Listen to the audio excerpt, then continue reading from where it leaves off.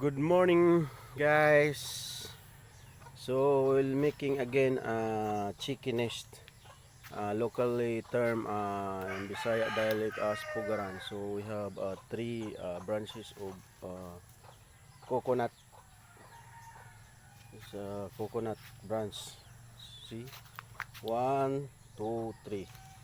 So let's try this one. It's the bigger one. Okay. So again, we're making six out of these three. So two per branch. So one side, other side, three, and my dog is sleeping. So the first step for this one is one, two. So this is the third part. You will bend this one like this one, and overlap this one,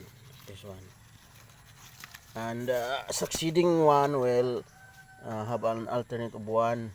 So one, two, this one, and this one, until the end, until it reaches this end where you will tie this one. It reaches here. So on this one already one after the other one. That's it, overlapping. This is how to make the chicken nest. So in local term, what we are making now is called salirap. We're making salirap, then after chicken nest.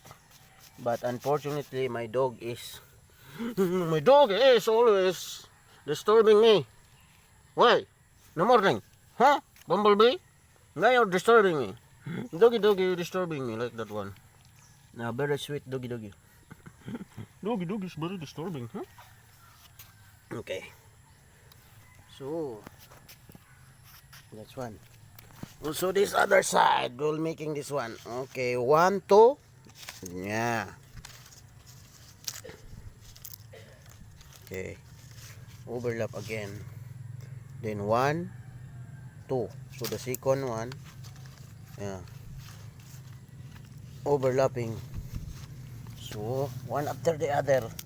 One, two. This one. The second one. Same. All until the end. To reach to overlap. Okay, guys.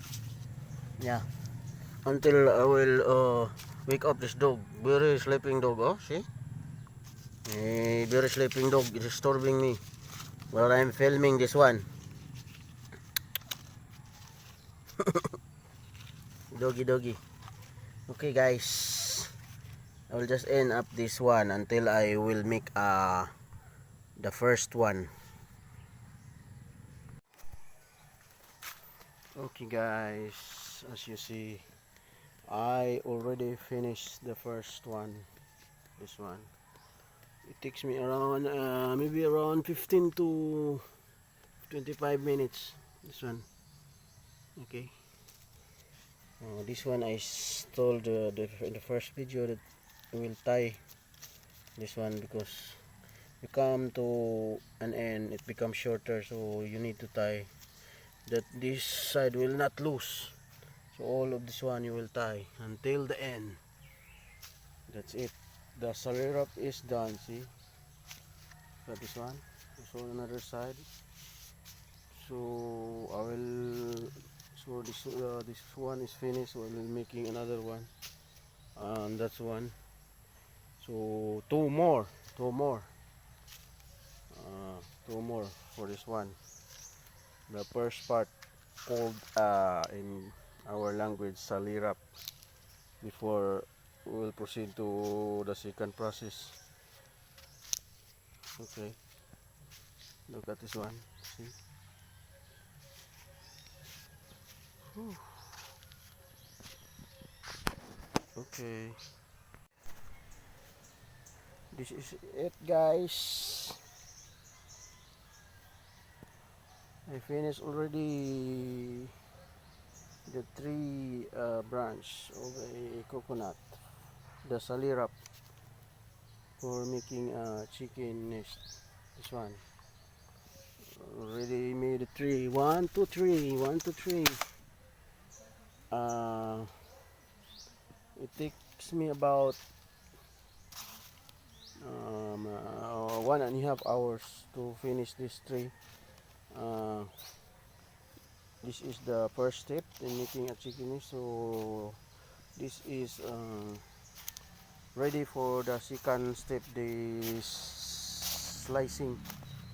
You have to slice this one into half and make it a little thinner. This side make it a little thinner so that you can curve this one, you can bend this one and make the final step, the pogren. So we're ready for the second step in making chicken nest pogren.